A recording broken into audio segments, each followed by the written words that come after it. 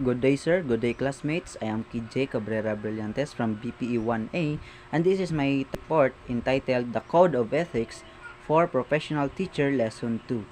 This is also a requirement in the subject The Teaching Profession, the detailed lesson plan with 4A's method. So, we will start.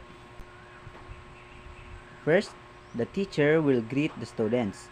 Teacher, good morning class. Welcome to our class. And also the students will say good morning, sir. So the teacher will introduce himself. For example, I am Kid J. Cabrera Brillantes, your subject teacher for this morning in the teaching profession.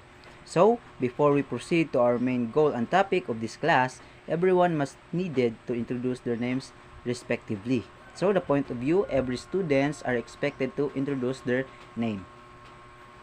So this is the detailed lesson plan in teaching profession. So the first part is the objective. Letter A, demonstrate understanding of the key provisions of the Code of Ethics and become familiar with the responsibilities of a professional teacher. So in this in this part, we will demonstrate in order that the students will understand the key provisions of the Code of Ethics and become familiar with the responsibilities of the professional teacher.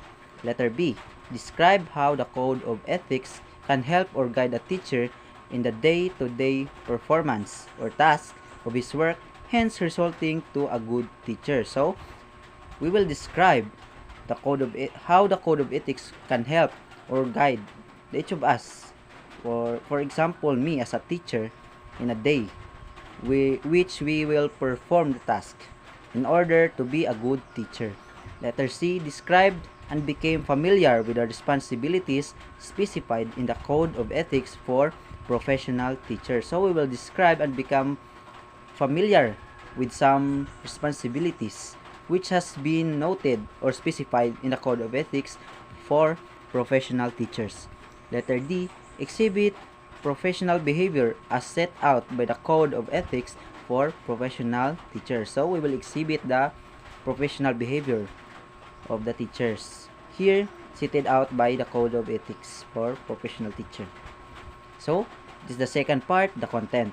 So first, number 1, lesson. The Code of Ethics for Professional Teacher Lesson 2. Number 2, references. Teaching Profession Book or articles and Teaching Profession Curriculum Lesson 2. Number 3, materials. So we'll show what material we use in this report. So I have been used PowerPoint presentation, the PPT. Number 4, values integrated. So diligence, we are diligence. Number 5, strategy use. So since this is 3-man in every topic, so it's also considered as group activity. Procedure. Number 1, preliminary activity. So this is the preliminary activity, including A, prayer. So we will having a pray. Letter B, greetings. So we'll greet each other. Letter C, energizer. Example, we will having a exercise. Letter D, checking of attendance. So we will check the attendance of each and everyone. Letter E, checking of assignments. So we'll check the assignments in the past or previous topics. Number 5, recalling the classroom rules. So we will recall the classroom rules and regulations. So this is our third part, the methodology. So there are 2 tasks, the teacher's task and student's task. So in the letter A, the introduction. Number 1, opening prayer. So for example, let's bow our head and let us pray. Then number 2, greetings. Okay. Good morning class. I am Kid J. Brillantes, your subject teacher for today. And also the students will reply, good morning also sir. Number 3, energizer. So class, before we proceed to our topic, please have an energizer first. So we will song My Toes, My Knees. Number 4, checking of attendance. So every student are expected to say present if their names are called. If none will reply during call out of their names, then mark as absent. So if your name was called, you will say present in order to be considered as present. And if you will not reply and if you will not say present, then you are marked as absent. So number 5, checking of assignments. Students must pay attention to have checking of their assigned tasks yesterday. Then their scores will be recorded one by one. So number 6, recalling the classroom rules. So these are the classroom rules. Always cooperate, always respect your teacher and classmates, raise your right hand if you want to answer, avoid cheating during quizzes, exam, and assessments, and lastly, be responsible. So the procedure, number 2, developmental activities. So letter A, drill. So it enhances the literacy skills, numeracy skill, identification of the topic and main articles, and etc. So when we say drill, it will enhance our literacy or our skills, in example in numbers. So it will give us a spark in our brain in order to be active in a class. Letter B, review. So in the review, activates the previous lesson learned.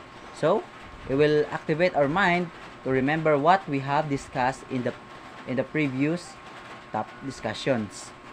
Letter C, unlocking the difficulties. So introducing vocabulary, articles, and meanings the learners will encounter during lesson. So unlocking of difficulties is important to ensure no distraction during the lesson. Letter B, developmental activities. A drill. So exercise.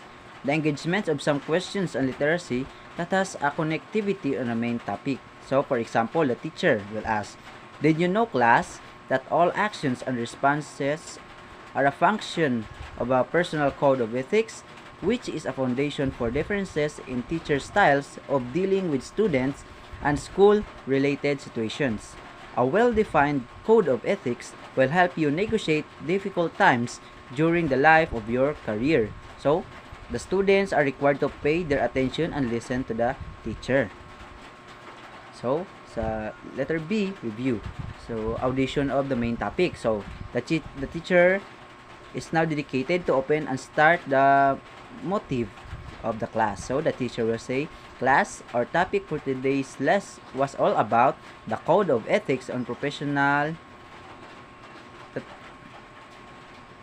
Okay, the teacher will say, class, our topic for this day was all about the code of ethics in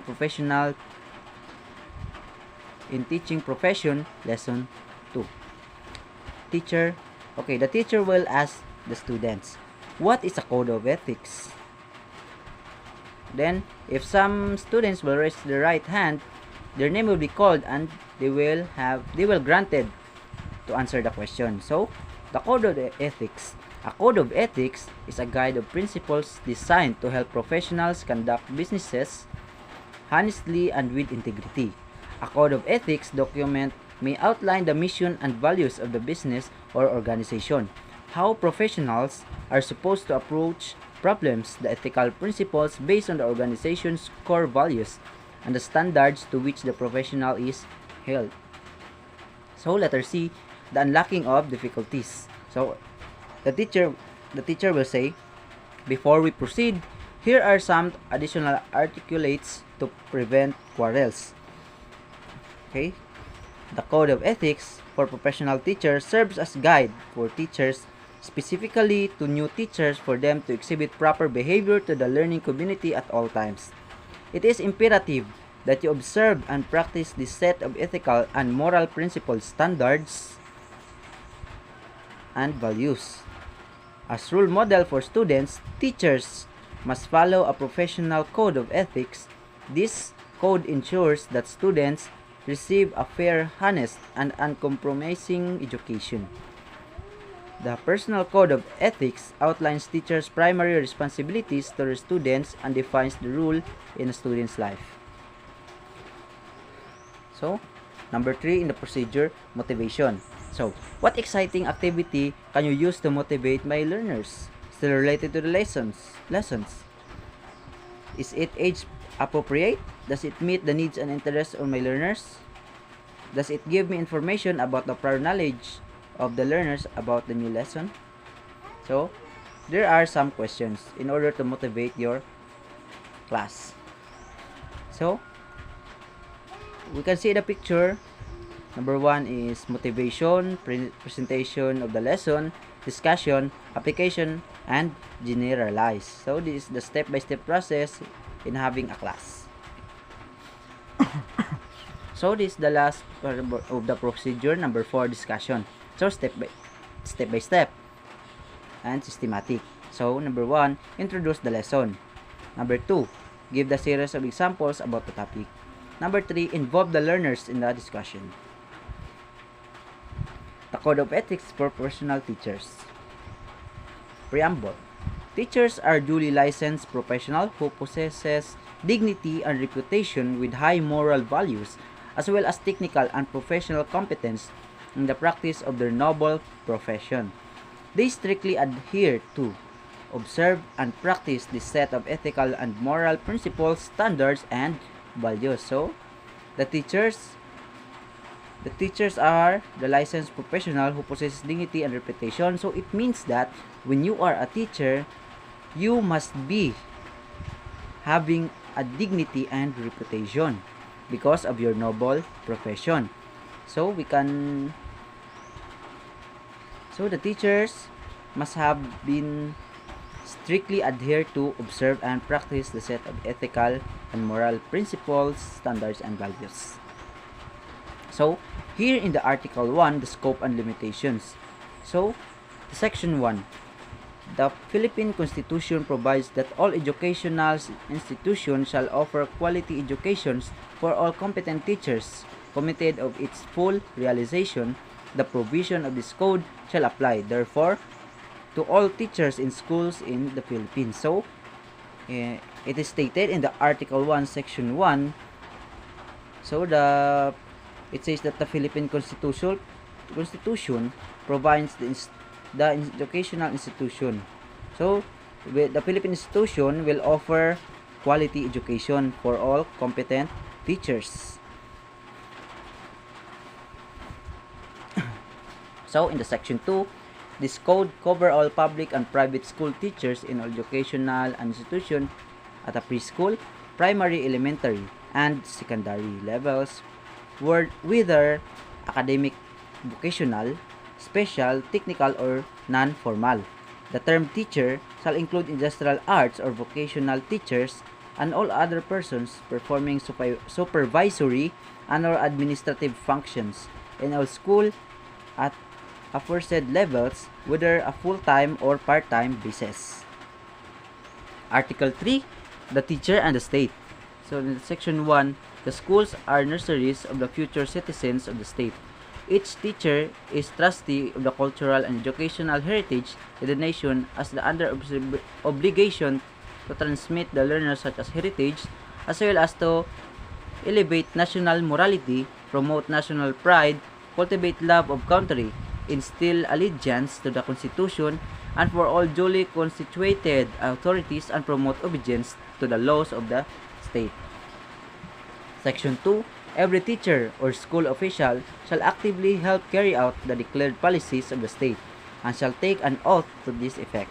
Section 3. In the interest of the state and of the Filipino people as much as of his own, every teacher shall be physically, mentally, and morally fit. Section 4. Every teacher shall possess and actualize the full commitment and devotion to duty. Section 5. A teacher shall not engage in the promotion of any political, religious, or other partisan interest, and shall not directly or indirectly solicit, require, collect, or receive any money or services or other valuable material from any person or entity such as purposes. Section 6. Every teacher shall vote and shall exercise all the constitutional rights and responsibility. Section 7. A teacher shall not use his position to facial authority or influence the course or other personnel to follow any political course of action. Section 6. Every teacher shall enjoy academic freedom and shall have privilege of expounding the product of his researches and investigations, provided that if the results are inimical to the declared policies of the state, they shall be brought to the proper authorities for appropriate remedial action. Article 3. The teacher and the community.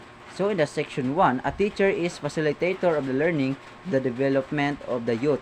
He shall therefore render the best services by providing the environment conducive to such learning and growth.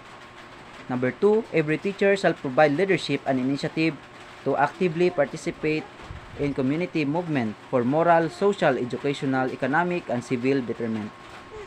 Section 3, every teacher shall merit reasonable social recognition, for which purpose he shall behave with honor and dignity at all times, and refrain such activities as gambling, smoking, drunkenness, and other excesses, much less illicit relations. Section 4, every teacher shall live for and with the community and shall therefore study and understand local customs and traditions in order to have sympathetic attitude. Therefore, refrain from disparaging the community. Section 5. Every teacher shall help the school keep the people in the community informed about the school's work and accomplishments, as well as its needs and problems. Section 6. Every teacher is intellectual leader in the community, especially in barangay, and shall welcome the opportunity to provide such leadership when needed, to extend counseling services as appropriate, and to actively be involved in matters affecting the welfare of the people. Section 7. Every teacher shall maintain harmonious and pleasant personal and official relations with other professionals, with government officials, and with the people individually or collectively. Section 8. A teacher possesses freedom to attend church and worship as appropriate, but shall not use his position and influence to proselyte others. Article 5. The teachers and the profession. Section 1. Teachers shall at all times be imbued with the spirit of professional loyalty, mutual confidence, and faith in one another, self-sacrifice for common good, and full cooperation with colleagues, when the best interest of the learners and the school or the profession is at stake in any controversy. Teachers shall support one another. Section 2. A teacher is not entitled to claim credit or work not of his own, and shall give due credit for the work of others which he may use. Section 3. Before leaving his position, a teacher shall organize for whoever assumes the position such records and other data as are necessary to carry on the work. Section 4. A teacher shall hold inviolate all confidential information concerning associates and the school, and shall not divulge to any document which has not been officially released, or remove records from the files without permission. Section 5. It shall be the responsibility of every teacher to seek correctives for what he may appear to be an unprofessional and unethical conduct of any associates. However, this may be done only if there is incontrovertible evidence for such conduct. Section 6. A teacher may submit to the proper authorities any justifiable criticism against the associate, preferably in writing, without violating the right of individual concerned. Section 7. A teacher may apply a vacant position for which he is qualified, provided that he respects the system of selection of the basis and merit and competence, provided further that all qualified candidates are given the opportunity to be considered. Article 4. The teacher and higher authorities in the professions. Section 1. Every teacher shall make it his duty to make an honest effort to understand and support the legitimate policies in the school and the administration regardless the personal feeling or private opinion and shall faithfully carry them out. Section 2. A teacher shall not make any false accusations or charges against superiors, especially under anonymity. However, if there are valid charges, he should present such under oath to competent authority. Section 3. A teacher shall transact all official businesses through channels except when special conditions warrant to different procedure, such as when special conditions are advocated but are opposed by immediate superiors, in which case the teacher shall appeal directly to the appropriate higher authority. Section 4. Every teacher individually or as part of a group has a right to seek redress against injustice to the administration and to extent possible shall raise grievance within acceptable democratic processes. In doing so, they shall avoid jeopardizing the interests of the welfare of learners whose right to learn must be respected. Section 5. Every teacher has a right to invoke the principle that appointments, promotions, and transfers of teachers are made only on the basis of merit and needed of the interests of the service. Section 6. The teacher who accepts a position assumes a contractual obligation to live up in his contract, assuming full knowledge of employment terms and conditions. So, in the Article 6, school officials, teachers, and other personnel. Section 1.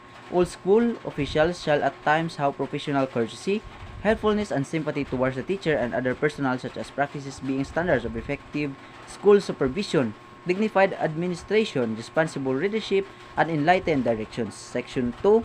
School officials, teachers, and other school personnel shall consider at their cooperative responsibility to formulate policies or introduce important changes in the system at all levels. Section 3. School officials shall encourage the attempt of professional growth of the teachers under them, such as recommending them for promotion, giving them due recognition for meritorious performance, and allowing them to participate in conferences and training programs. Section 4. No school official shall dismiss or recommend for dismissal a teacher or other subordinates except for cause. Section 5. School authorities concerned shall ensure the public school teachers are employed in accordance with pertinent civil service rules, and private school teachers are issued contracts specifying the terms and conditions of their work, provided that they are given, if qualified, subsequent permanent tenure in accordance with existing laws. Article 8. The teachers and the learners. So, Section 1. A teacher has a right to duty to determine the academic marks and promotions of the teacher and the learners in the subject or grades he handles. Such determination shall be in accordance with generally accepted procedures of evaluations and measurement. In case of any complaint, teachers concerned shall immediately take appropriate actions, observing due process. Section 2. A teacher shall recognize that the interest and welfare of learners are of first and foremost concerns, and shall deal justifiably and impartially with each of them. Section 3. Under no circumstance shall a teacher be prejudiced nor discriminate against by the learner. Section 4. A teacher shall not accept favors or gifts from learners, their parents, or others on their behalf of exchange for request concessions, especially if undeserved. Section 5. A teacher shall not accept directly or indirectly any remuneration from tutorials other what is authorized such service. Section 6. A teacher shall base the evaluation of the learner's work only in merit and quality of academic performance. Section 7. In the situation where mutual attraction and subsequent love develop between teacher and learner, the teacher shall exercise utmost professional discretion to avoid scandal, gossip, and preferential treatment of the learner. Section 8. A teacher shall not inflict corporal punishment on the offending learners, nor make deductions from their scholastic ratings as a punishment for acts which are clearly not manifestation of poor scholarship. Section 9. A teacher shall ensure the conditions of contribute to the maximum development of learners, are adequate, and shall extend needed assistance in preventing our learners' problems and difficulties. So, the procedure, the application. What activity can I use to let the learners use the new lesson? So, these are worksheets, group activities, games, guided practice, and independent practice. Group activity. Answer with your group members and try to explain in the class. So, here is the question. What is the significance of code of ethics in every individual and how it affects in your daily life? So, the students must show their cooperation in the group event activity in elucidate it also by the students in the front of the class. So, the time limit and duration is also included in the activity. For example, we will give them 30 minutes time limit duration. Procedure. Number 6, the generalization. Let the learners create their own summary about the new lesson learned. So, you will ask, what is, how can you, and what are the steps in. So, in the evaluation, is it reliable? Does it match the learning objectives of the profession? Is it appropriate for need and interest of the learners?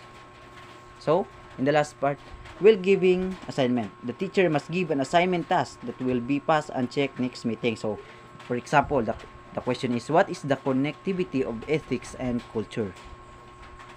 So, that is the end of the slide and also end of the class. So, that is my report. Thank you.